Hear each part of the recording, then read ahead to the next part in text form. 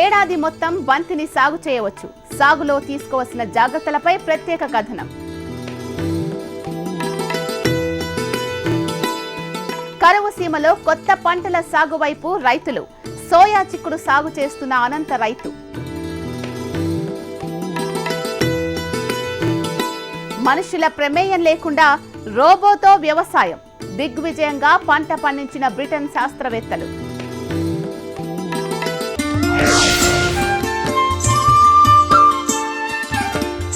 దేశంలోనే పూల సాగులో ముఖ్యమైంది బంతి సాగు. గతంలో రైతులు వారి పంట చేను గట్లపైనే వీటిని పెంచేవారు. ఈ పూలను ఆయా పండుగల సందర్భాల్లో ఇంట్లో అలంకరణకు ఉపయోగించేవారు. ఇంటి అవసరాలకు మాత్రమే వాటిని వినియోగించుకునేవారు. ప్రస్తుతం మార్కెట్లో బంతిపూలకు గిరాకీ ఎక్కువైంది. పట్టణాలతో పాటు పల్లెల్లో పండుగలు శుభకార్యాలలో అలంకరణ కోసం వీటిని ఎక్కువగా వాడుతున్నారు. ఈ పూల సాగుతో రైతుకు లాభం వచ్చే అవకాశాలు ఎక్కువే. ఈ పంట సాగు కూడా అన్ని పంటల కంటే సులభం. అన్ని ఋతువులలోనూ ఈ సాగు సాధ్యమే. మరి ఏడాది పొడవునా బంతి సాగు చేసే పద్ధతులను, అవలంబించాల్సిన మెళకువలను ఇవాటి నేలతల్లిలో తెలుసుకుందాం.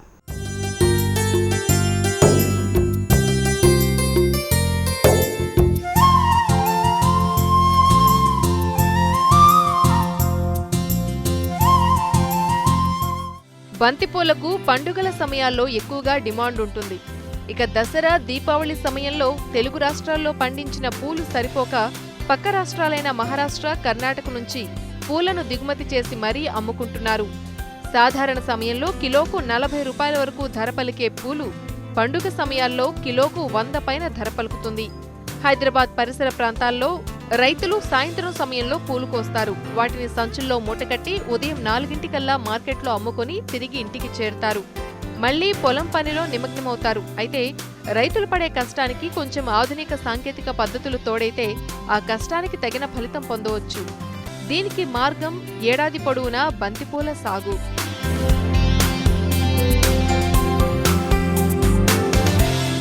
సాధారణంగా మన రైతులు జూన్, జూలై మాసాల్లో బంతిపూల నారు పోసుకుని పొలంలో నాటు వేసుకుని 2-3 నెలల తర్వాత పూలను కోసి అమ్ముకుంటారు. ఈ విధానంలోనే కొన్ని సాంకేతిక పద్ధతులు పాటిస్తే బంతిపూలను సంవత్సరం పొడవునా సాగు చేసుకుని మంచి ఆదాయం పొందవచ్చు. వీటి సాగు కూడా చాలా సులభం.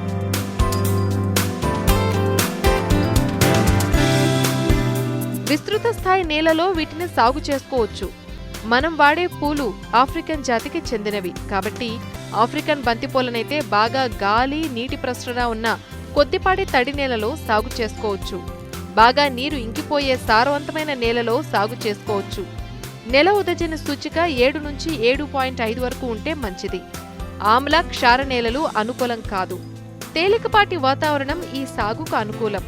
ఉష్ణోగ్రత 10 డిగ్రీల కంటే తక్కువ ఉన్నా, 35 డిగ్రీల కంటే ఎక్కువ ఉన్నా పూతపై తీవ్ర ప్రభావం ఉంటుంది. ఉష్ణోగ్రత మరీ ఎక్కువగా ఉంటే మొక్క ఎదుగుదల ఆగిపోయి పూల సంఖ్య, పరిమాణం తగ్గిపోతుంది. సాధారణంగా బాగా సూర్యరశ్మి తగిలే ప్రదేశాలు వీటికి అనుకూలం. ఇవి స్వతహాగా గట్టి మొక్కలు కాబట్టి కరువు పరిస్థితుల్ని కొంతవరకు తట్టుకోగలవు. ఎండలు ఎక్కువగా ఉండి లేదా వారాల తరబడి నీటి తడులు లేకపోతే మొక్కలు వడలిపోతాయి. రైతులు దీన్ని గమనించాలి.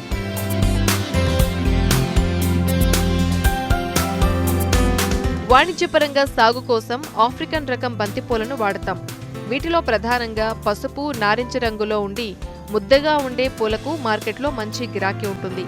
మనకు నేడు సాగులో స్థానిక రకాలతో పాటు IARI భారత వ్యవసాయ పరిశోధనా సంస్థ ఢిల్లీ వారు విడుదల చేసిన రకాలు బాగా ప్రాచుర్యంలో ఉన్నాయి. అదేవిధంగా మార్కెట్లో ఎన్నో రకాల హైబ్రిడ్ విత్తనాలు మనకు లభిస్తున్నాయి.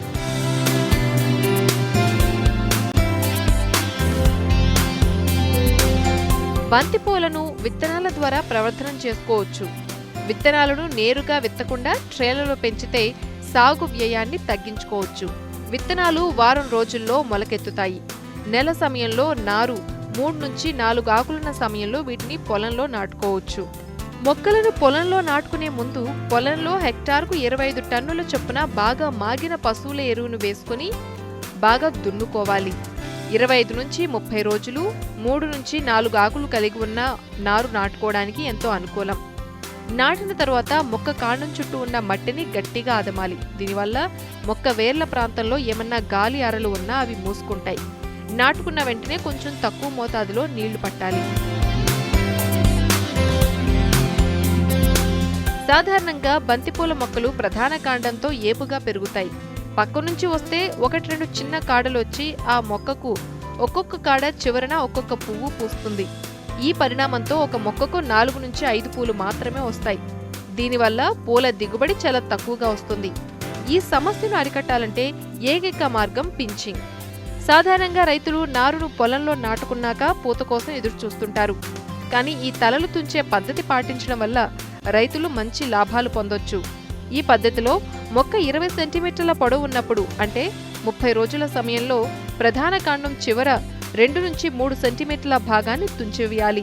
దీనివల్ల ప్రధాన కాండం ఎదుగుదల ఆగిపోయి పక్క నుంచి కొత్త కొమ్మలు ఏర్పడతాయి. వాటి నుంచి మరికొన్ని కొమ్మలు ఏర్పడి వాటి చివర పూలు పోస్తాయి. దీనివల్ల ఎక్కువ పూల దిగుబడి వస్తుంది. మొక్కలు కూడా గుబురుగా కనిపిస్తాయి. అంతేకాకుండా ఇలా తలల్ని తుంచడం వల్ల శనగపచ్చ పురుగును నివారించవచ్చు. ఎందుకంటే శనగపచ్చ పురుగు లేత ఆకుల చివర్లో గుడ్లు పెడుతుంది. అందుకే ఈ విధానం మనకు 2 విధాలుగా ఉపయోగపడుతుంది.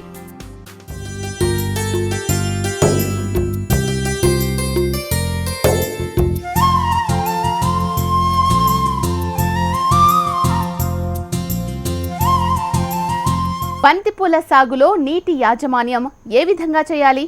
తక్కువ నీటితో అధిక దిగుబడిని సాధించడం ఎలా? నాణ్యమైన పూల దిగుబడి పొందేందుకు అనుసరించాల్సిన విధానాలేంటి? ఎలాంటి పోషకాలను పంటకు అందించాలి? విత్తనం విత్తే దగ్గర నుంచి పంట కోసే వరకు ఎలాంటి విధానాలను అనుసరించాలి? ఇప్పుడు చూద్దాం.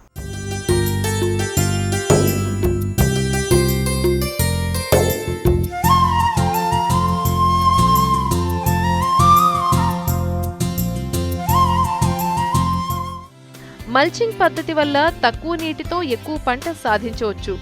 రాష్ట్ర ప్రభుత్వం ప్లాస్టిక్ మల్చింగ్ పూల సాగును ప్రోత్సహిస్తుంది.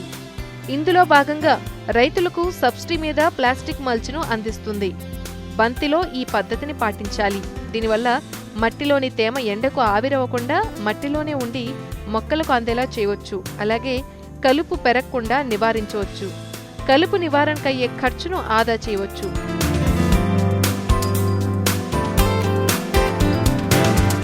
బంతి త్వరగా ఎదిగే మొక్క కాబట్టి దుక్కి దున్నే సమయం నుంచే పోషక యాజమాన్యం మొదలుపెట్టాలి. దుక్కు దున్నుతున్నప్పుడు ఆఖరి దుక్కులో ఎకరానికి 10 టన్నులు బాగా మాగిన పశువుల ఎరువుతో పాటు 40 కిలోల నత్రజని, 80 కిలోల భాస్వరం, 80 కిలోల పొటాషినిచ్చే ఎరువులు వేసి దున్నుకోవాలి. మొక్కలు నాటుకున్న 30 రోజుల తర్వాత ఇంకొక 40 కిలోల నత్రజనినిచ్చే ఎరువుల్ని పైపాటుగా వేసుకోవాలి.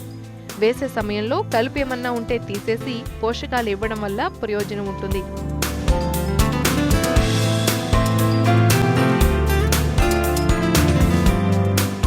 బంతిని నీటిని నిల్వ ఉంచుకోగల నేలలో సాగు చేసుకోవడం ఉత్తమం. పంటకాలంలో ఎప్పుడూ ఎంతో కొంత తడి ఉండే విధంగా చూసుకోవాలి. సాధారణంగా నీటి యాజమాన్యం వాతావరణాన్ని బట్టి ఉంటుంది. 4-6 రోజులకు ఒకసారి నీటిని ఇవ్వడం ఉత్తమం. అయితే ఈ మధ్య కాలంలో చాలా మంది రైతులు బిందు సేద్యం కింద సాగు చేస్తున్నారు. దీనివల్ల నీటిని ఆదా చేసుకోవడమే కాకుండా మట్టిలో తేమలేని సమయంలో వేళ్ల దగ్గర నీరు అందించవచ్చు. ఈ విధానంతో కలుపును కూడా నివారించవచ్చు. పొలంలో నాటుకున్న 2 నెలల తర్వాత నుంచి పూలను కోసుకోవచ్చు. మొదటి కోత నుంచి మరో 2 లేదా 2.5 నెలల వరకు పూత వస్తుంది. పూలను 3-5 రోజులకు ఒకసారి కోసుకోవచ్చు. పూలను ఉదయం పూట కానీ సాయంత్రం పూట కానీ కోసుకోవాలి. కోసే ముందు రోజు పొలానికి నీళ్లు పట్టినట్లయితే కోసిన పూలు ఎక్కువ కాలం తాజాగా నిల్వ ఉండగలవు. బాగా విచ్చుకున్న పూలనే కోసుకోవాలి. పూలను క్రమం తప్పకుండా కోయటం వల్ల మంచి దిగుబడి వస్తుంది. కోసిన తర్వాత పూలను చల్లటి నీడ ప్రదేశాల్లో ఉంచాలి. ఆ తర్వాత మార్కెట్ల దూరాన్ని బట్టి ప్యాక్ చేసి మార్కెట్కు తరలించాలి. స్థానిక మార్కెట్లకైతే గోనె సంచుల్లో, అదే దూరపు ప్రదేశాలకైతే వెదురు బుట్టల్లో పెట్టి పైన తడి చేసి గోనె సంచితో కప్పి పంపించాలి. దీనివల్ల పూలు పాడవకుండా వాడిపోకుండా ఎక్కువ కాలం తాజాగా ఉంటాయి.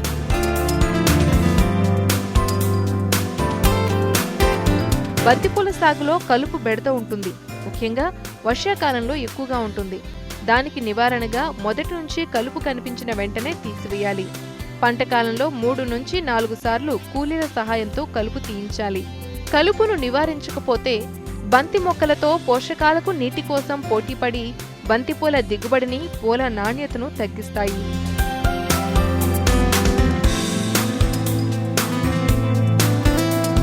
పూల దిగుబడి అన్నది రకాల అంశాలతో ముడిపడి ఉంటుంది.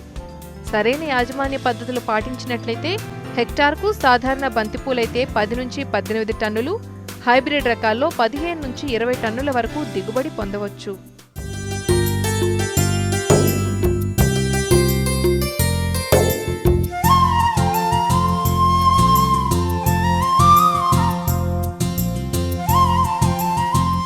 కరువు సీమ అనంతలో రైతులు కొత్త పంటల సాగు వైపు అడుగులు వేస్తున్నారు. సంప్రదాయ పంటల సాగుకు స్వస్తి పలికి ఆదాయాన్ని పెంచే పంటల సాగును ఎంచుకుంటున్నారు. సమగ్రమైన యాజమాన్య పద్ధతులను పాటించి అధిక దిగుబడులు సాధిస్తూ లాభాలు గడిస్తున్నారు.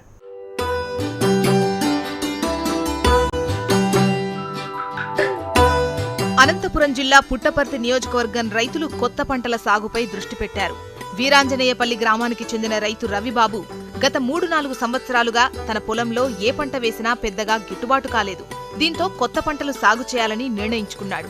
తనకున్న 2 ఎకరాల్లో ఓ ఎకరం వంగ, మరో ఎకరం సోయా చిక్కుడు పంట సాగు చేస్తున్నాడు.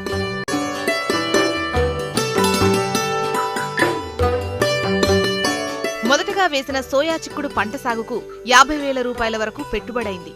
పంట ఏపుగా పెరిగేందుకు, ఎటువంటి చీడపీడలు ఆశించకుండా ఉండేందుకు సమగ్రమైన సస్యరక్షణ చర్యలు, యాజమాన్య పద్ధతులను పాటించాడు. అందుకు తగ్గట్టుగానే అధిక పంట దిగుబడి వచ్చింది.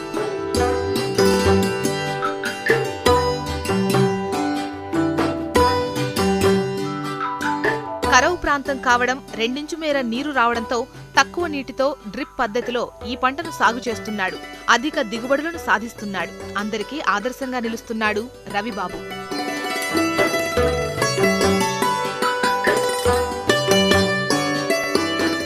జూన్ నెలలో వేసిన పంట ఆగస్టులో చేతికి వచ్చింది. మొదటి పంటలో సుమారు 1,50,000 రూపాయల వరకు ఆదాయం వచ్చింది. అందులో 50,000 రూపాయలు పెట్టుబడి పోగా 1,00,000 రూపాయలు ఇప్పటి వరకు లాభం వచ్చింది. 3 నెలలకొచ్చేసరికి ఈ పంట నెలకు 4 సార్లు కోతకు వస్తోంది. ఇప్పటి వరకు వరి, మొక్కజొన్న, పొద్దుతిరుగుడు, టమాటో పంటలను సాగు చేశాను. వాటిలో ఏమాత్రం లాభాలు రాలేదు. అందుకే కొత్తగా సోయా చిక్కుడు సాగు చేపట్టారని రైతు రవిబాబు చెబుతున్నాడు. కష్టానికి తగిన ప్రతిఫలం లభించింది అంటున్నాడు ఈ రైతు. పంట దిగుబడి 5 నెలల వరకు వస్తుండటంతో మంచి ఆదాయాన్ని పొందుతున్నాడు. ఒకసారి పెట్టుబడి పెడితే పంట పూర్తయ్యే వరకు 4 నుంచి 5 లక్షల రూపాయల వరకు ఆదాయం వస్తుంది అంటున్నాడు. కరువు ప్రాంతమైనా కూడా మాకు కొద్దిగా ఏదో ఒక 2 ఇంచులు నీళ్ళు వస్తుంటే ఆ నీళ్ళతో మేము డ్రిప్ సిస్టంతో ఈ సోయా చిక్కుడు అనేది, అంటే చెన్నై చిక్కుడు కూడా అంటారు, ఇది అంతా మెడ్రాస్ మార్కెట్కే పోతుంది. ఇది కొత్తగా మేము సాగు చేసినాము. గత 3-4 సంవత్సరాల నుంచి వేరుశనగ, మిగతా పంటలు పెట్టి పెద్దగా గిట్టుబాటు కాలేదని చెప్పేసి నష్టపోయి కొత్త పంటలు పెడదామని చెప్పేసి ఆలోచన చేసి ఈ సంవత్సరం ఈ సోయా చిక్కుడు 1 ఎకరా, తర్వాత 1 ఎకరా వంకాయ పెట్టినాము. అది కూడా మెడ్రాస్, బెంగళూరు పోతుంది. మాకు ఫస్ట్లో ఒక 50-60 వేల వరకు పంట పెట్టుబడి అయింది. ఇప్పుడు 1,00,000 రూపాయల వరకు వచ్చేసింది. ఇంకా కూడా ఇప్పుడు రేటు కొద్దిగా తక్కువే ఉంది. ఫస్ట్లో బాగానే ఉంది. ఇంకా కొద్దిగా రేటు వస్తే కొద్దిగా ఇంకా 1,00,000, 1,50,000, 2 లక్షల వరకు రావచ్చు. మిగతా పంటలతో పోలిస్తే బాగానే ఉంది ఇది. కాకపోతే దీనికి కొద్దిగా పురుగు ఎక్కువ ఆశిస్తుంది. మేము ప్రతి వారము దీనికి మందులు స్ప్రే చేయాల్సి వస్తుంది. తర్వాత లేబర్ కూడా 10-15 మంది ఇంకా అవసరం ఉంటారు. మాకు మిగతా పంటల కంటే కొద్దిగా పర్వాలేదు.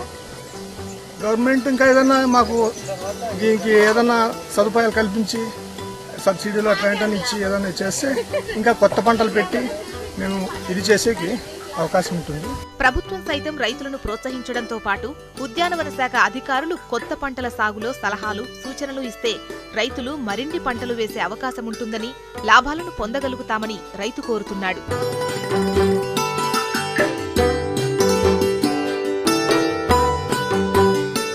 మనిషి చేయగలిగిన పనులన్నీ మనుషుల్లాగా, మనుషులు చేయలేని అద్భుతాలు మనిషి కంటే గొప్పగా చేసే మనుషులు మరమనుషులు. ఇంటి పని, వంట పని చేసే రోబోల గురించి ఇప్పటి వరకు మనం విన్నాం. కానీ ఈ రోబోలు వ్యవసాయ రంగంలోనూ తమ సత్తాను చూపుతున్నాయి. ఏకంగా బార్లీ పంట సాగు చేసి 5 టన్నుల పంట దిగుబడిని సాధించాయి. మనుషుల ప్రమేయం లేకుండా విత్తడం దగ్గర నుంచి పంట కోసే వరకు అన్ని పనులు రోబోలే చూసుకున్నాయి. మరి ఆ వివరాలు మీకోసం.